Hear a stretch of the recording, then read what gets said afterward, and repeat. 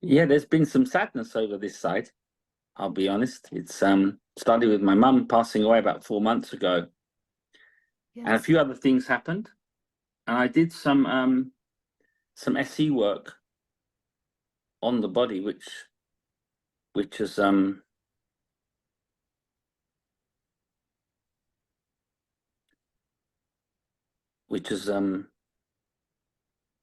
shifted things. Like nothing's recognizable anymore. Sometimes when I speak, it's like electric current going inside me, like really emotional words that aren't mine. Like, and I guess I'm here today because you said to me once, touch it on where it is on the inside, and it feels like some kind of bursting of something that I think I knew, and the world looks very different, and it's like transitioning in some way. It's not stacked all back up together yet. There's still sadness and things going on. And yet I know there's nothing to do. Yeah. In the weirdest way. Yeah. Yeah, so sadness is happening. There's nothing wrong with sadness happening or any emotion happening. That's what it is to be human. Like in grief appearing. But when you're moving back to what you are, then what happens is you go from the head down to the heart, and then all emotions become very energetical and not mental, not a mental story. Like when I first start working with people, I'll often say, how do you feel? And then they'll tell me a story. Oh, well, this bad thing happened last week and that happened and that. And they don't really answer how they feel. And it takes ages often for people to really go from their story of what's happening to them to the energetic expression. And the energetic expression is really a wordless thing. Like it's very hard to describe the energetic expression, but it's really interacting with life in a different way, like in a very innocent way. So when anger arises, it's this energy rather than the story of what someone's done. Even though the story, you can tell it, it's like the energy of it, or the energy of sadness in the heart area.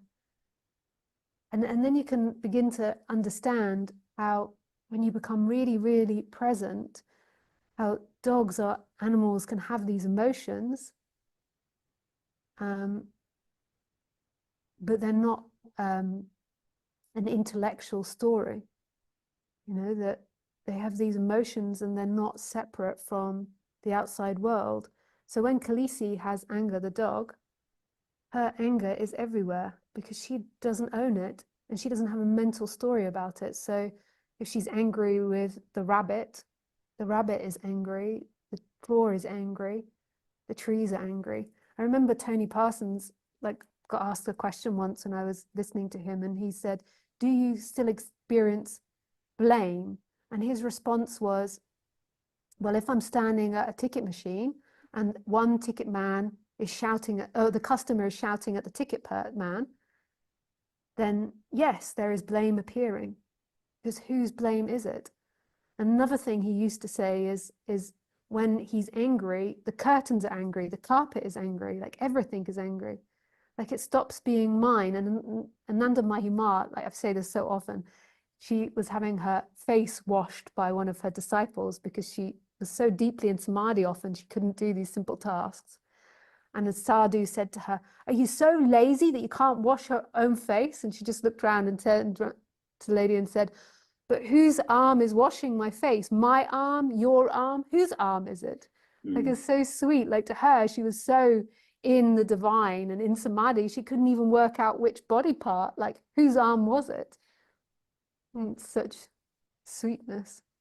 So it's like feelings take on this whole different world where it becomes so impersonal, like whose feeling is it?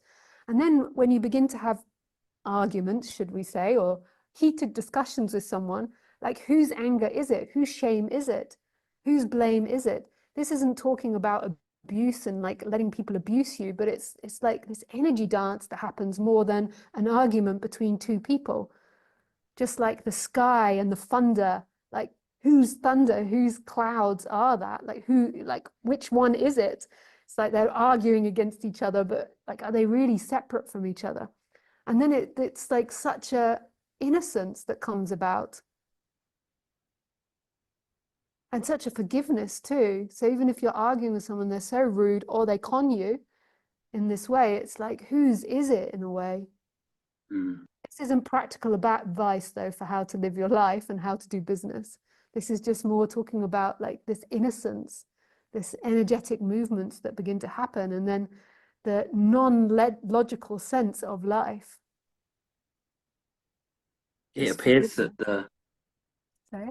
it appears that it happened prior to words. These feelings, Yeah. the senses happened when words weren't even when there wasn't a word called me or I. Yeah. I would say that it's because it's everything. It's in every single.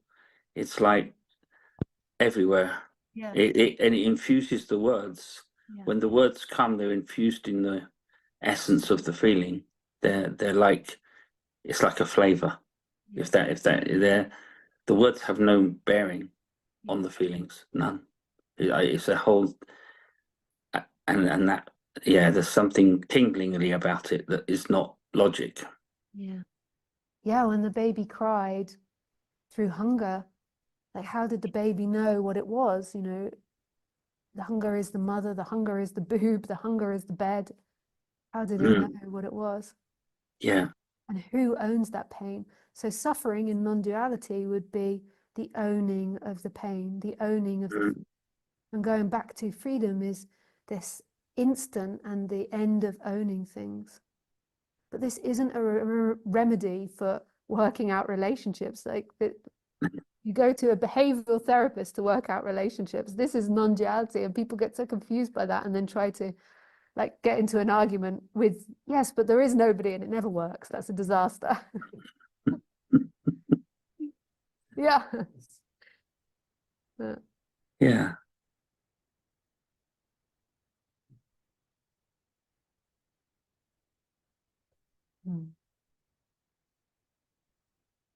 Yeah. Nothing to do.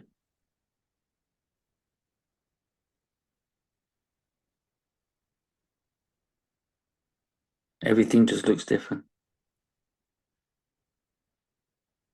And I guess I'm scared. There's a fear of not knowing what it's going to look like. Yeah. When it's not what I know. I guess that's really what's going on here by it felt now. Yeah. I'm scared. Yeah. I have no idea what it's like when I don't know what it is. Yeah. So to aid the body, there can be body work done, which helps with the fear because it is scary going to the unknown. Mm. There can also be a reassurance in knowing that nothing has ever happened outside of you. So that part which is scared is only afraid of itself, even though it feels like it's afraid of like something that's going to happen to it.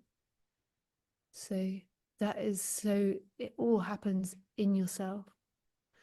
But don't use that to bypass the feeling. Like the fear is there and the fear's got to come out. Because even in life, I find I used to be so full of action, I don't take any actions. There's something just like frozen in time, like stopped. Yeah.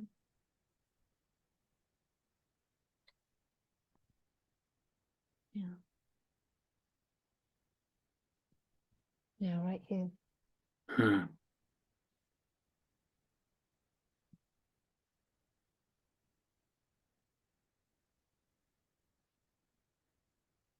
Oh, nice. Thank you. Yeah, thank you. Yeah, lovely to see you.